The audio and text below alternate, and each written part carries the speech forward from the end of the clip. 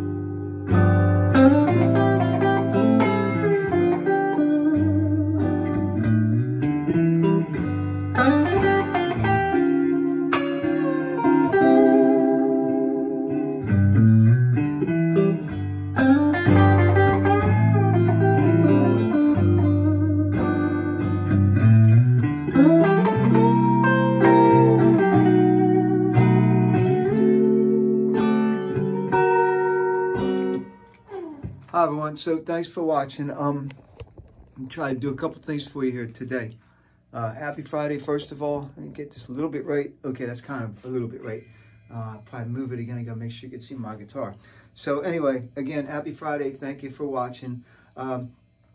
Looking back through some of my comments today and some of my ideas and some questions people asked. So one of the newer ones was somebody asked me to take Sweet Remain and go through the chord progression for you. And so I looked at it and I was like, okay, yeah, that is a pretty cool little chord progression. It's got a little riff in it. So yeah, I'll try to explain what I'm doing in that, and maybe you all could play along, you know, with that in a looper or something.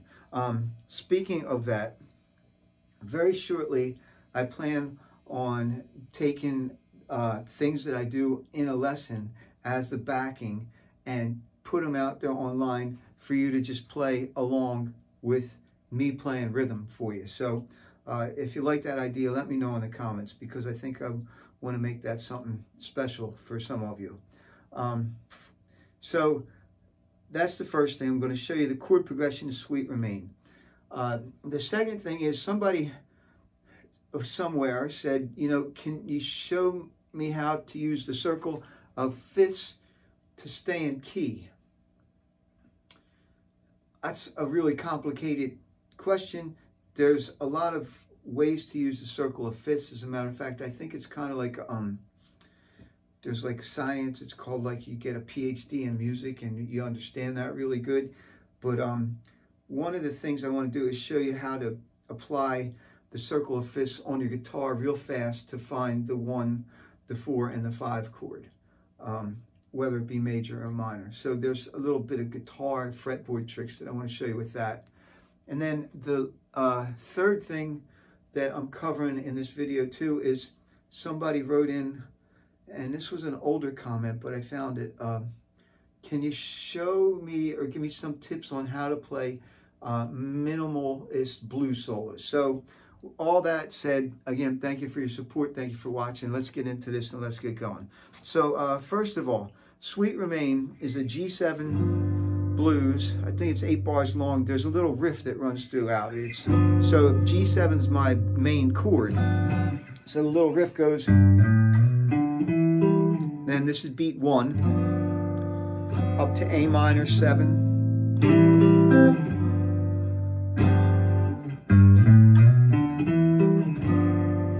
Now here I go to D sharp 9,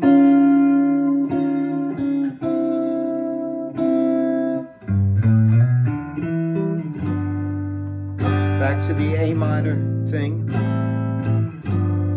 Same riff, but we're going to the 4 chord. C7 to B7, up to the 5 chord D7, to a D7 with a sharp 5, and I'm plucking that. I'm just getting, and that's how you do the thing. It's just this major pentatonic lick right up the scale, almost like already gone, except it just goes to the root. Or it's even a little bit more like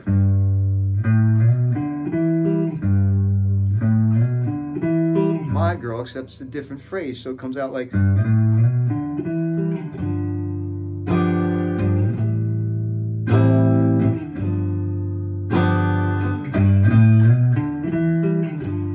Now you're going to the 5 chord, but it's a 9 right there.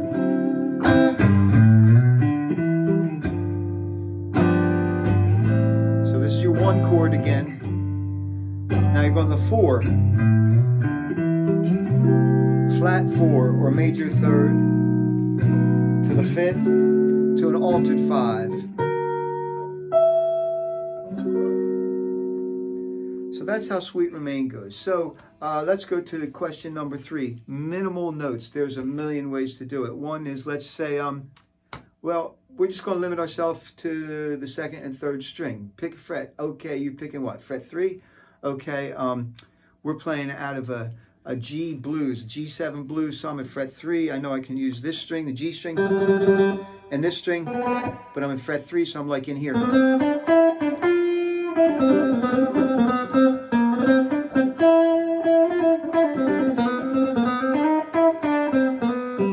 Well, that's a whole lot of notes, so that's not too minimal. I'm going to bring this down a real little bit here. So let's pick, let's just say all we know is the pentatonic scale for a minute. So we'll take the 3 notes, these 3 notes, out of that pentatonic scale, and we have to force ourselves to play over that whole chord progression and not switch out of those 3 notes. But being guitar players, we could slide to them. We can bend them. So let's see what we could do over that chord progression. So here you go, just those 3 notes.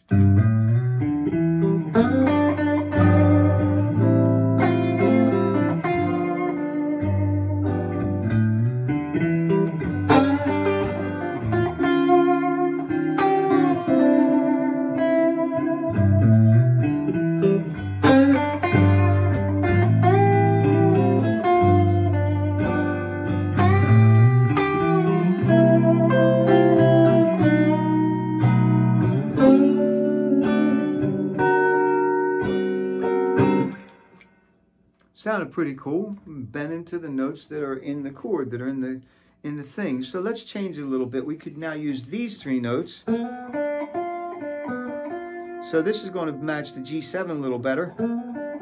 So this is your 3rd, your 5th, and your 7th, no root. So over the G7, I'm going to hang in there. But what I'm going to do is when it switches to the other chords, I'm going to move this up to C or to D or to B or to whatever. So it's still sort of a minimalist amount of notes. I'm just sticking on 2 strings, limiting myself like by the same lick on the same strings. It sounds something like this.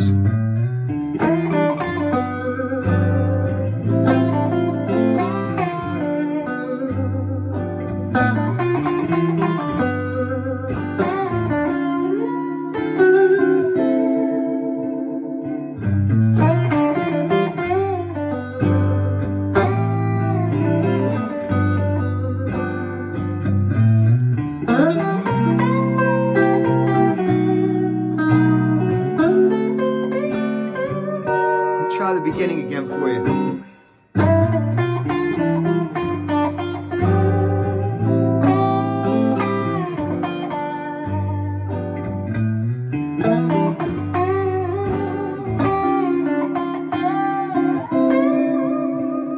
A little better.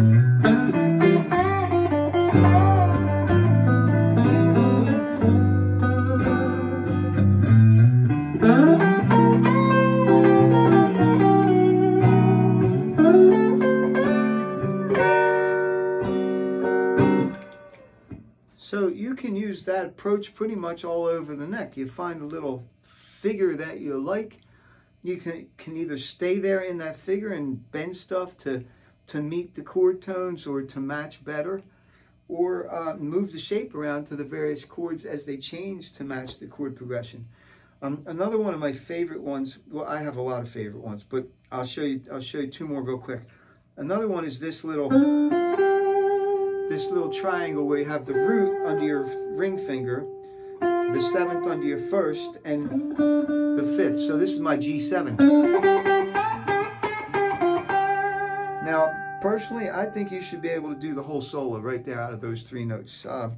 I'm not going to give you an example of that. I'm going to actually move it around at will with the chords as they change. But these are really fun 3 notes. So here you go.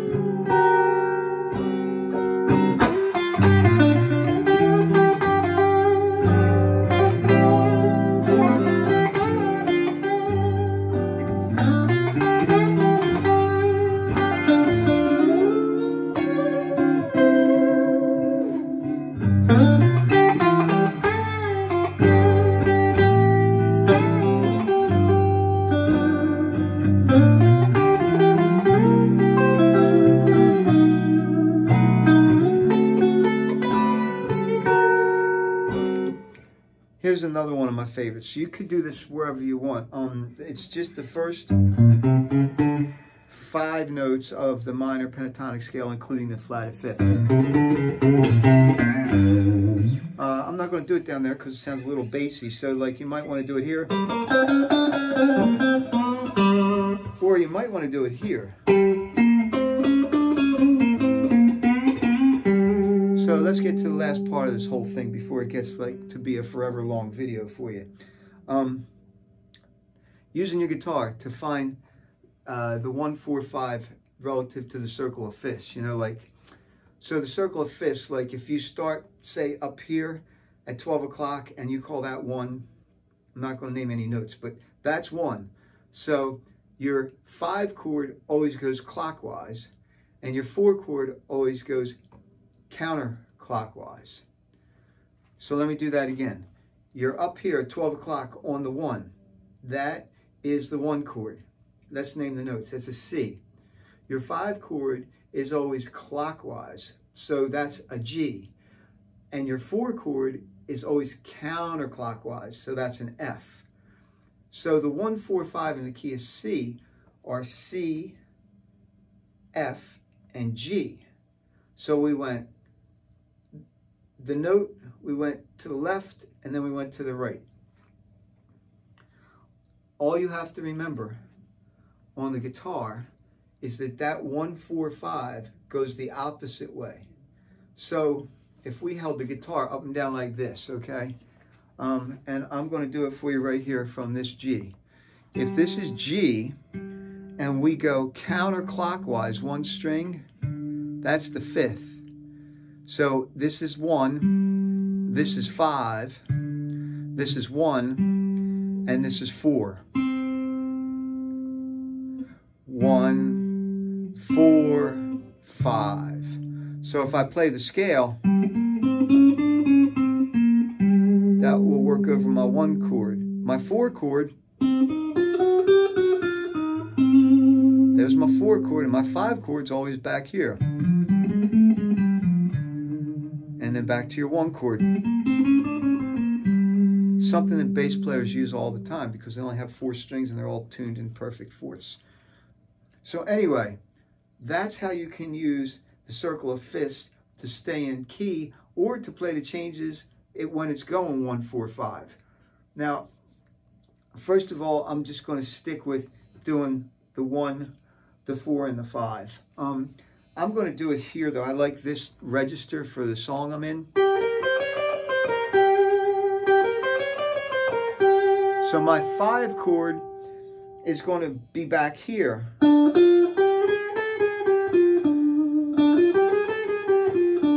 My 4 chord, I'm lost because I really have only to go across there. So what I'm going to do is say to myself, well, I know that's a C, so I'll just jump up here. So there's going to be my places. I guess actually I could do it here for you. Maybe I should just do that. It'll be easier to see.